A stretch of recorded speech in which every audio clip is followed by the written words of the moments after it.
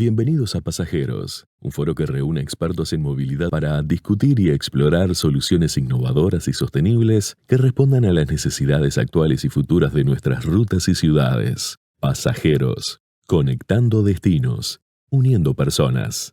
Bueno, yo para contarles un poco les voy a presentar algunas de las buenas prácticas en movilidad urbana que he visto en Helsinki.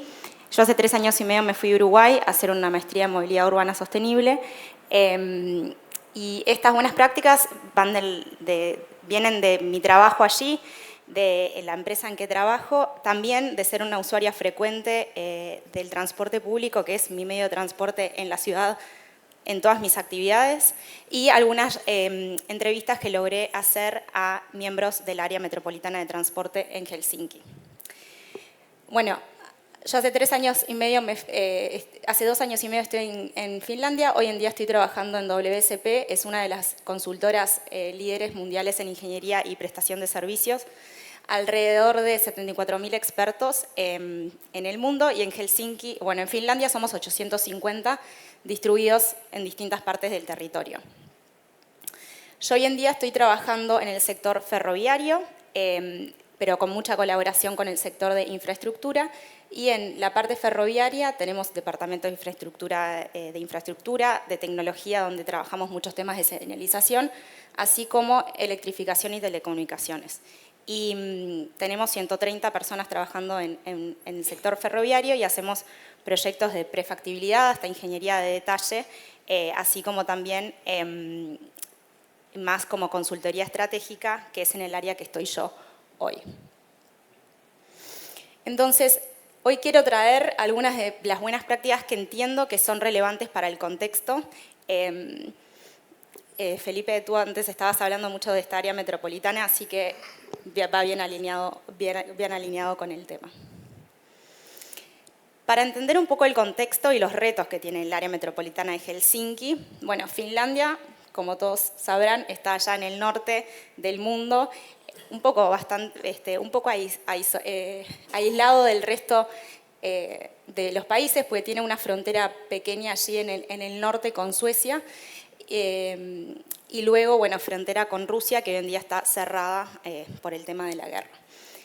Helsinki se encuentra en el sur y cuenta con aproximadamente 1/3 de la población de Finlandia. Finlandia tiene 5,5 millones de personas y aproximadamente 1,5 millones de habitantes viven en Helsinki, bueno, en el área metropolitana.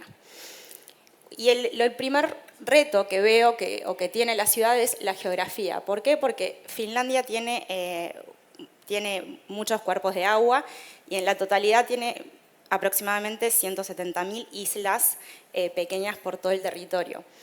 Y como vemos en el sur de Helsinki hay como una especie de archipiélago de 330 islas, de las cuales algunas son residenciales. Este es el caso de una isla en particular que se llama Lauttasaari, donde viven 25.000 residentes. Entonces está la complejidad de, bueno, cómo conectamos esos residentes y cómo generamos que esa isla sea residencial. Y como podemos ver, aquí está conectado por autopistas, tanto hacia el oeste como hacia el este, pero por ahí abajo hay un túnel por donde va el metro también. Entonces, bueno, la geografía desafiante con los cuerpos de agua es un desafío.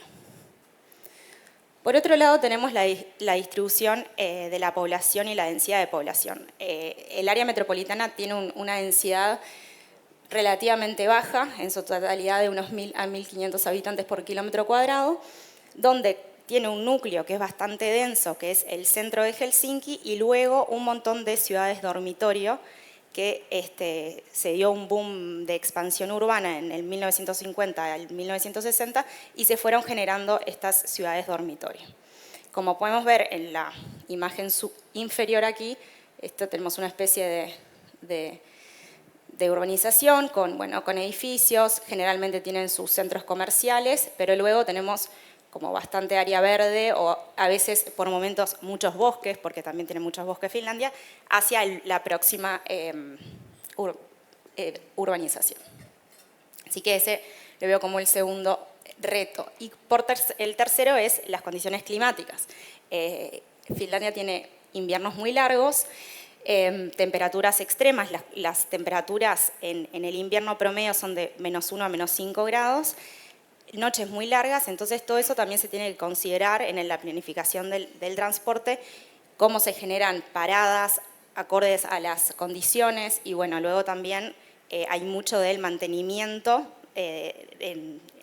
para mantener y que pueda operar bien la red. Pero teniendo todos estos retos, algo que es muy interesante es que Helsinki logra, el centro de Helsinki, logra tener que el 70% de los pasajeros, del tráfico de pasajeros, sí, en las horas punta, esto es en las horas donde se va a trabajar básicamente, el 70% usa el transporte público. Y si tomamos la totalidad de todos los viajes, de todos los modos y toda el área en su totalidad, el transporte público se ha mantenido en los últimos años en 24%.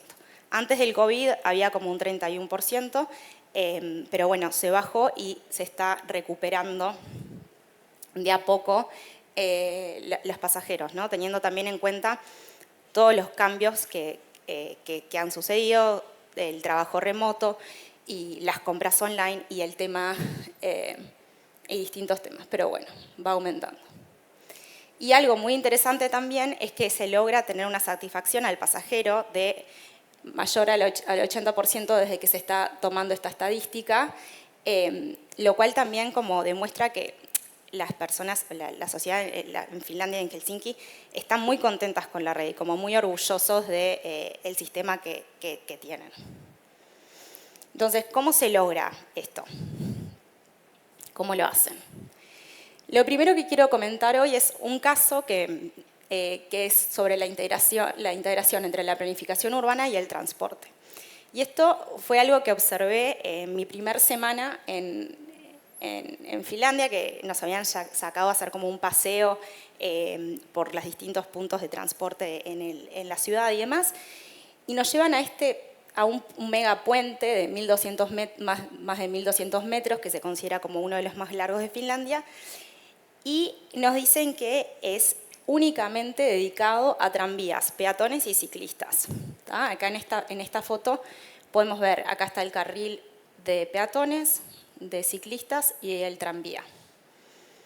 Lo cual me pareció como bastante impresionante y más aún lo que tenía por detrás este puente.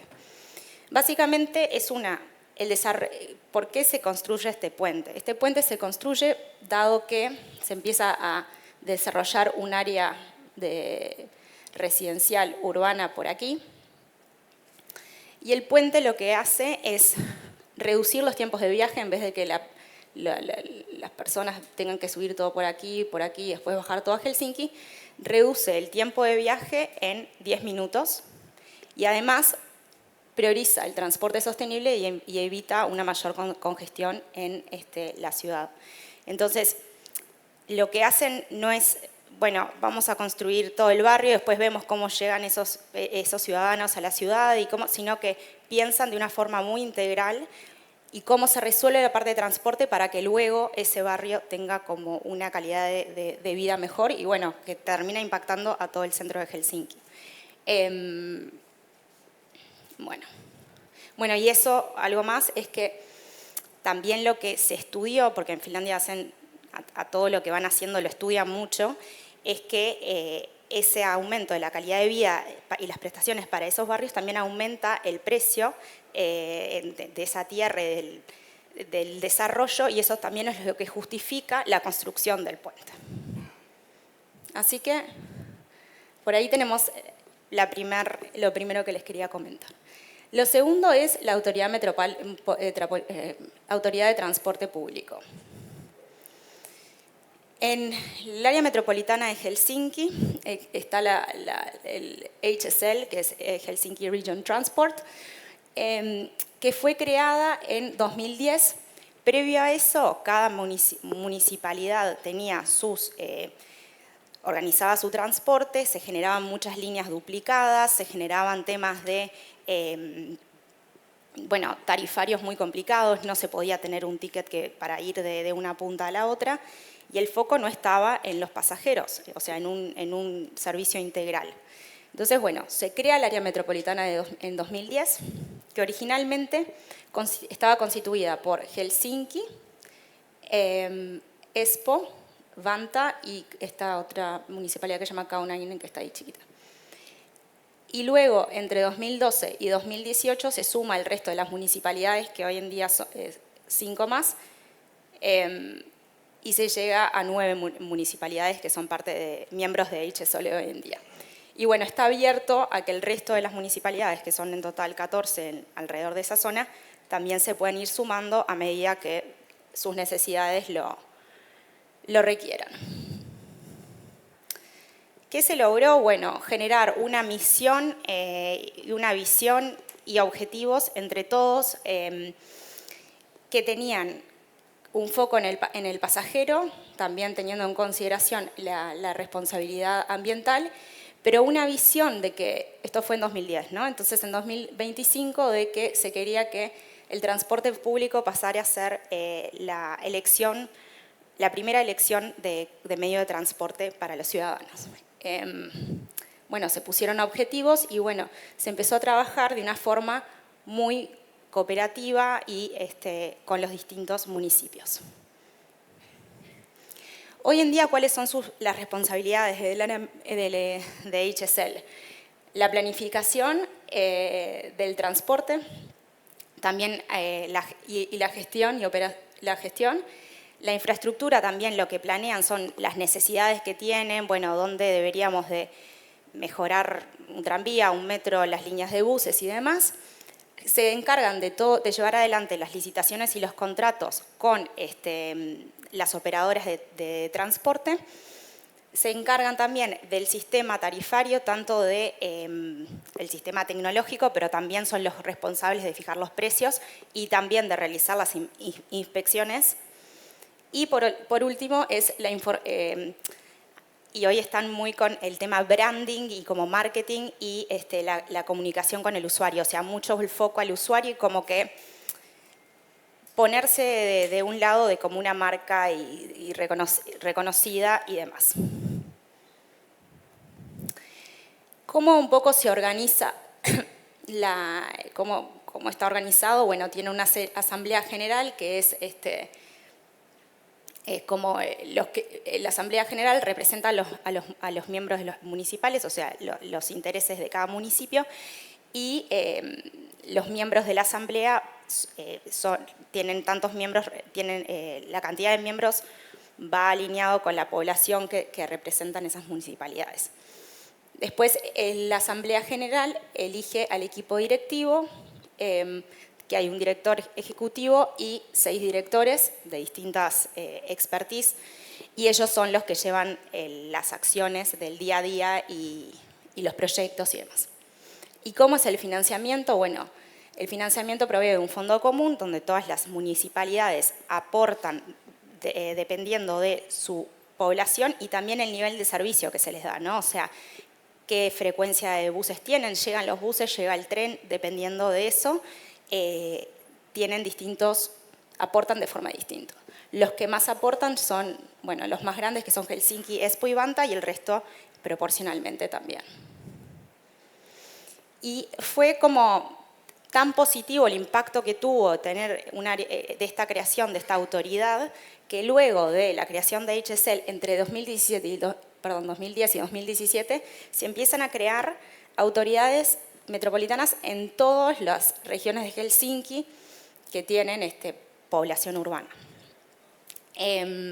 A partir de 2023 y hoy en día, todas aquellas zonas que tienen población urbana tienen autoridades metropolitanas o regionales que bueno, tienen las responsabilidades similares a HSL. Y hoy en día se está trabajando, yo este año estuve muy involucrada, con un proyecto en la creación de una autoridad nacional para la gestión de la red ferroviaria de pasajeros, porque se va a empezar a licitar la operación de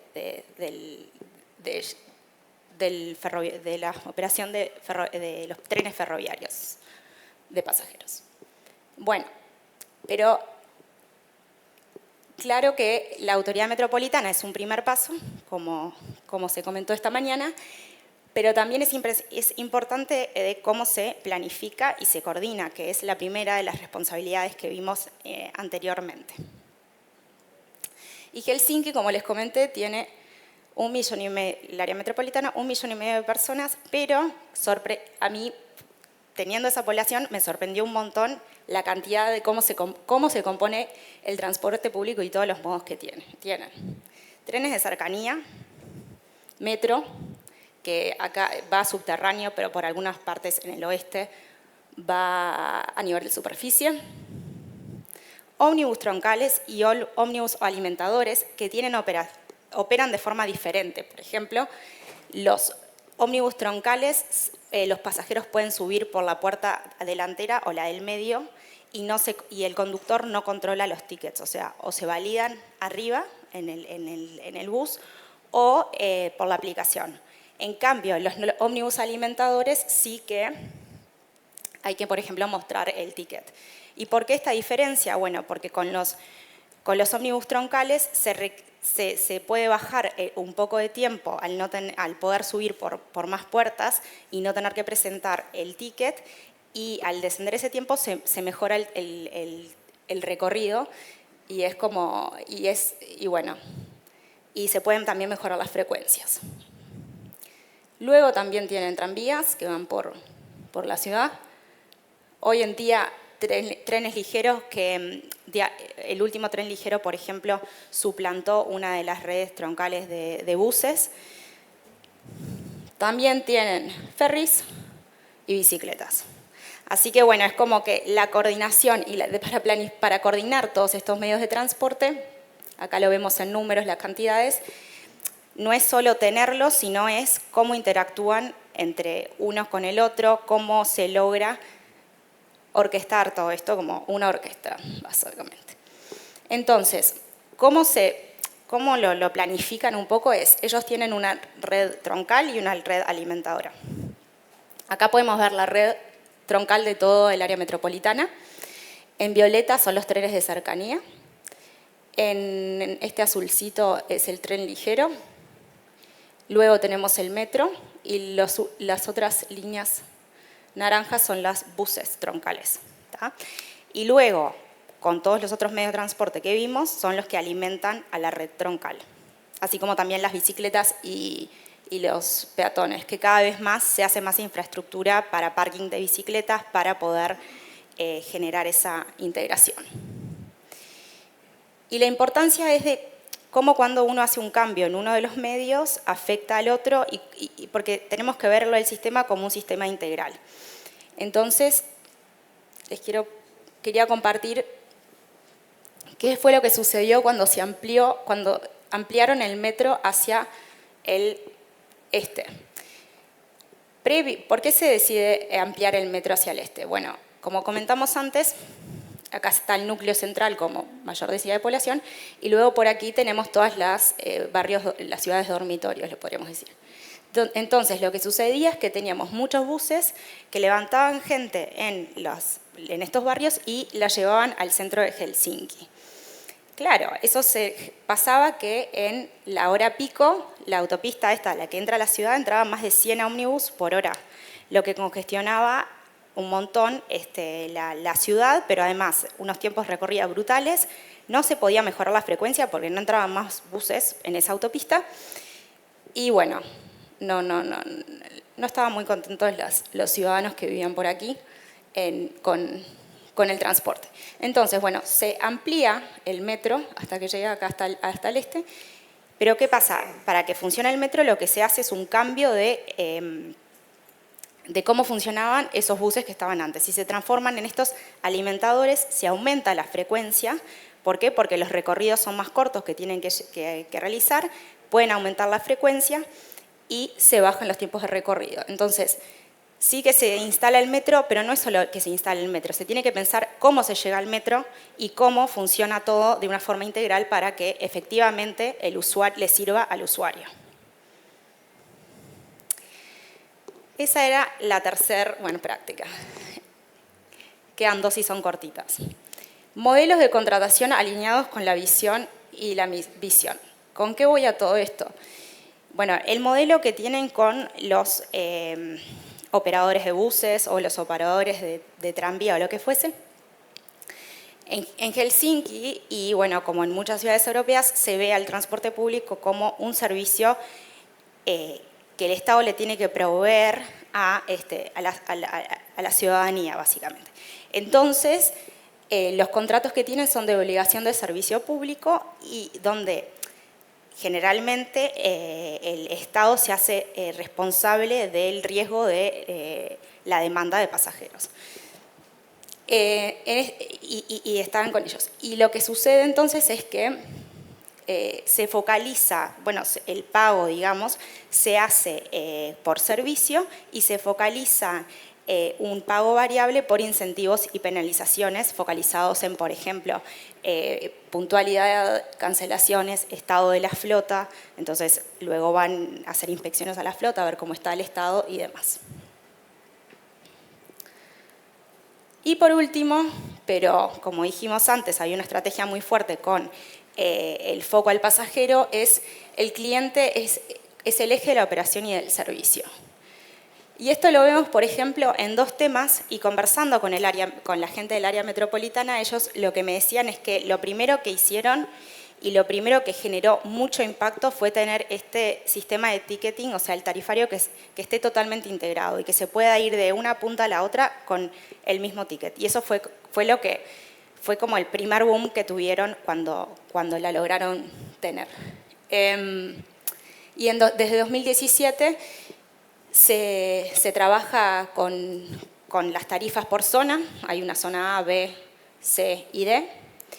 Y también al principio lo que se hizo fue un subsidio como bastante agresivo a los abonos mensuales para generar, a ver qué impacto tenía eso en un cambio de comportamiento en los pasajeros y ver si por ahí, bueno, eso tenía algún impacto y algún beneficio. Y bueno, por último que es súper importante y que me parece que en Helsinki también se hace muy bien, es la información y la constante comunicación con el pasajero. Bueno, ellos en Helsinki tienen una aplicación con tiempo real, pero además tienen una comunicación anticipada en todo lo que son cambios de servicio, cambios de recorrido, alteraciones al servicio, donde lo anuncian meses antes, te van contando en el metro o millones de carteles y la forma que se logra visualizar todos esos carteles y demás, la verdad es que generan también mucha confianza en el sistema, de que vas a estar enterado, que te van a ir anunciando y que te van a ir acompañando en esos cambios. Y también se hace un relevamiento continuo de las necesidades a través de encuestas, que esos fueron los números que vimos al principio de encuesta de satisfacción a los pasajeros. Y es tanta como esa comunicación que ellos generan, que les quería mostrar este videíto, es cortito, pero es de cuando ellos hicieron un arreglo, una reparación a la red de metro y estuvo parado el metro 2 meses. Entonces, cuando volvías, te pasaban esto. Te decían gracias por su paciencia y un corazón. Y es como que te hacen sentir de que estamos a su servicio y es como esa empatía y es algo que, bueno, te da como ganas de decir, ok, está todo bien, no me dejaron subirme al metro por 2 meses. Pero bueno, entonces lo que quiero traer, y hoy yo creo que lo empezamos a reflexionar desde hace un rato ya, pero ¿qué prácticas podríamos inspirarnos al área metropolitana de Montevideo hoy? Capaz que no empezamos con el puente de ciclistas y de tranvía de 1.200 metros, pero sí creo que lo que podemos focalizarnos es en todo lo que está por detrás de la operación, de la planificación, que ayuda, que no es lo que ve el pasajero, pero es lo que es fundamental para construir sobre distintas estrategias y políticas que hay por detrás. Entonces, la primera que nada es lo que empezamos a ver hoy de mañana, una estructura organizacional integrada que permita usar los recursos de forma eficiente, pero además que se trabaje con un goal común, objetivo común. que sea un objetivo estratégico centrado en los pasajeros y en mejorar la calidad de vida de los ciudadanos. Que el sistema de transporte se pueda pensar de forma integral, ya sea que ojalá algún día tengamos el tren de pasajeros por el ferrocarril central, ojalá fuese un BRT, lo que fuese, pero lo que tenemos que pensar es si ponemos un sistema troncal, cómo se alimenta y que no es solo poner el tranvía, el tren o lo que fuese, pero sino cómo eso se va construyendo en su totalidad y se forma el sistema integral. Y se podría ir a un esquema contractual donde los incentivos se focalicen y vayan en dirección a la misión y visión que estamos tratando de alcanzar. Y bueno, yo creo que siguiendo algunas de estas lecciones vamos a ir pudiendo construir un sistema de transporte público que sea nuestra elección natural de nuestros ciudadanos, así como se lo planteó Helsinki hace 15 años y nos ayude a mejorar la vida de nuestra ciudad.